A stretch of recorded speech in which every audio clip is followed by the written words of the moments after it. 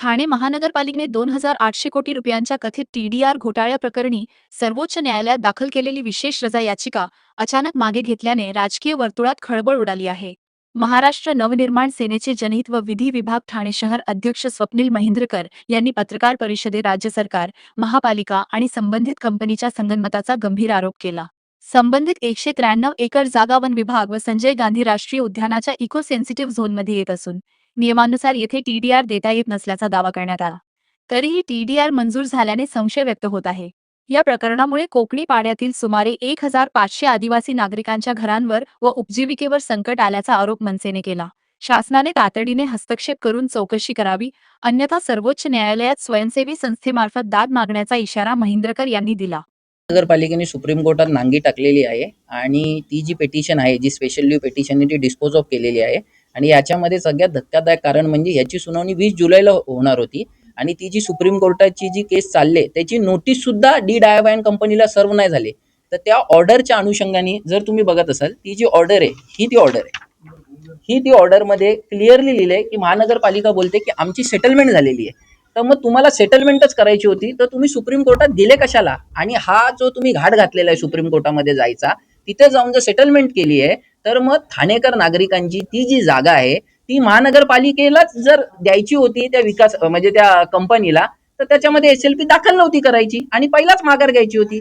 महानगरपालिकेचा शहर विकास विभाग आणि महानगरपालिकेचे सर्व अधिकारी आणि ह्याच्यात सामील असून याच्या संदर्भात हे जे फक्त एक दिखावा चालला आहे, पण आतून हे सगळे त्या कंपनीच्या बाजूनी लढत आहेत.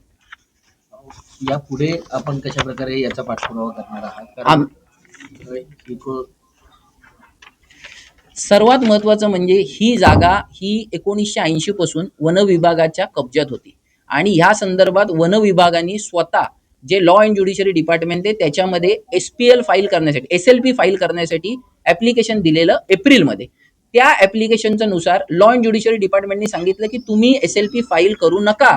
आमचं म्हणणं हे 193 कोटीचा टीडीआरचा घोटाळा झालेला आहे आणि तुम्ही SLP फाईल करत नाही आणि स्वतः शासन सांगतं की बाबा ती जागा त्या समोरच्या कंपनीला देऊन टाका. याच्यामध्ये शासनाचा थेट संबंध येतोय आणि शासना म्हणजे सत्ताधारी पक्षाचं याच्यामध्ये काहीतरी साटेलोटा आहे. 17 एकरच्या जागेमध्ये आदिवासी कुटुंब आहेत, त्या कुटुंबाचं पुढे काय होणार?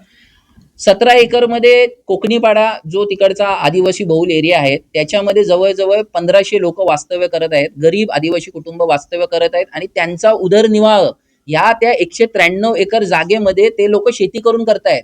त्यांच्या शेतीचं काय, त्यांच्या उदरनिर्वाहाचं काय, त्यांच्या घराचं काय? आणि आत्ता तुम्ही बघत असाल तर पत्रे मारायला सुरुवात झालेली आहे. एवढी घाई कशाला?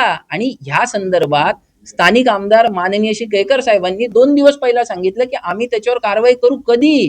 टीडीआर भेटल्यावर, जागा कब्जा झाल्यावर, लोकांचे घरं तुटल्यावर कारवाई कधी होणार?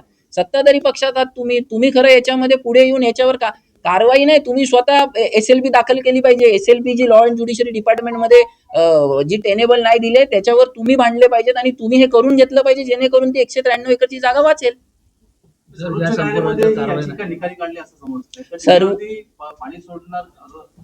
सर्वोच्च न्यायालयामध्ये महानगरपालिकेचे जे त्यांचं नाव मी घेतो की मिस्टर कुणाल अनिल मुळे, assistant director of town planning, हे बघा यांचं नाव लिहिलं याच्यामध्ये.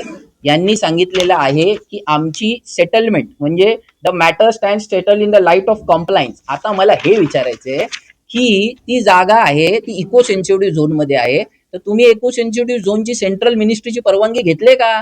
कंप्लायन्स कसं होणार? तारेचं कंपाऊंड तुम्ही इको सेन्सिटिव्ह झोन मध्ये टाकू शकत नाही, तुम्ही जागा लेवल करू शकत नाही. कंप्लायन्स कसलं? आणि कंप्लायन्स एवढ्या लवकर झालं. 20 जुलैचं जी तारीख होती ती 26. आणि हे बघा याच्यामध्ये क्लिअरली लिहिलंय की जो तिकडचा जो हे आहे की जे रिस्पॉन्डेंट नंबर 2 म्हणजे जी कंपनी आहे त्यांना तर नोटीस पण सर्व नाही झाली अजून या केसची.